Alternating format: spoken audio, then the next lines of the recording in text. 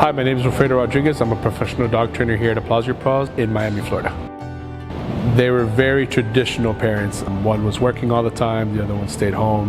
That pretty much I learned a lot from my father as far as how to become the person that I am now. My mother as well, as soon as my father left, she took the mantle, and from that point on, I was raised from my mother at that point.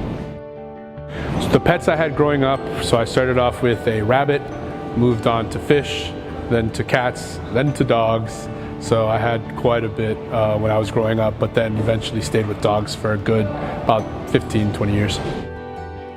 So the day I realized I wanted to be a professional dog trainer was when I first owned a home and I got my first dog. Not knowing the breed, not knowing anything with dog training, I wanted to learn a little bit more about dog training. So I looked up a website, and that is the school that I attended, the Animal Behavior College, which is ABC. I took that course for 2 years, and that's how I became knowledgeable as a dog trainer and became a dog trainer.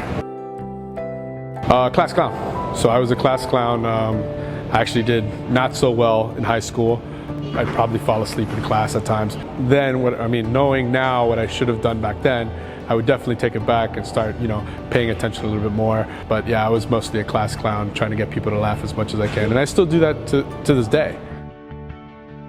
So Home Alone is my favorite movie. Just the ideas of all the little traps that he would set for the burglars. I did the same thing to my parents when I was growing up, so I think that's what pissed them off a lot. So I did the same exact thing. So when I did have my dog Chance, I would break a lot of rules. Like for instance, I would tell him to stay and then he would move and I would just kind of let him be around me. But other than that, I believe we are humans as well too. So we're not like robots where we're just constantly training our dogs, so there are times where we are a little bit lax at home. So it goes to show that even dog trainers do tend to lax up on their dogs.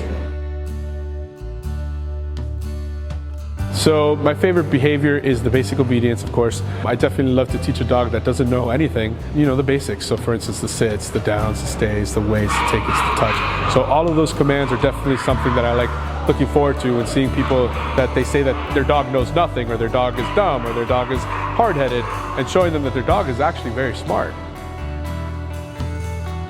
Because it works. I've been doing it for several years now, and I've gone to the very, very positive where it's all just you taking your time and having the dog work on his own time, as opposed to forcing them to do something where I've seen that if you force a dog, they're more scared, it takes longer, you're actually damaging the dog. Whereas if you just work at their pace, if you go off slowly and you take your time step by step, you start seeing the dog learning much more faster, as well as you see that you create such a good bond between you and your dog.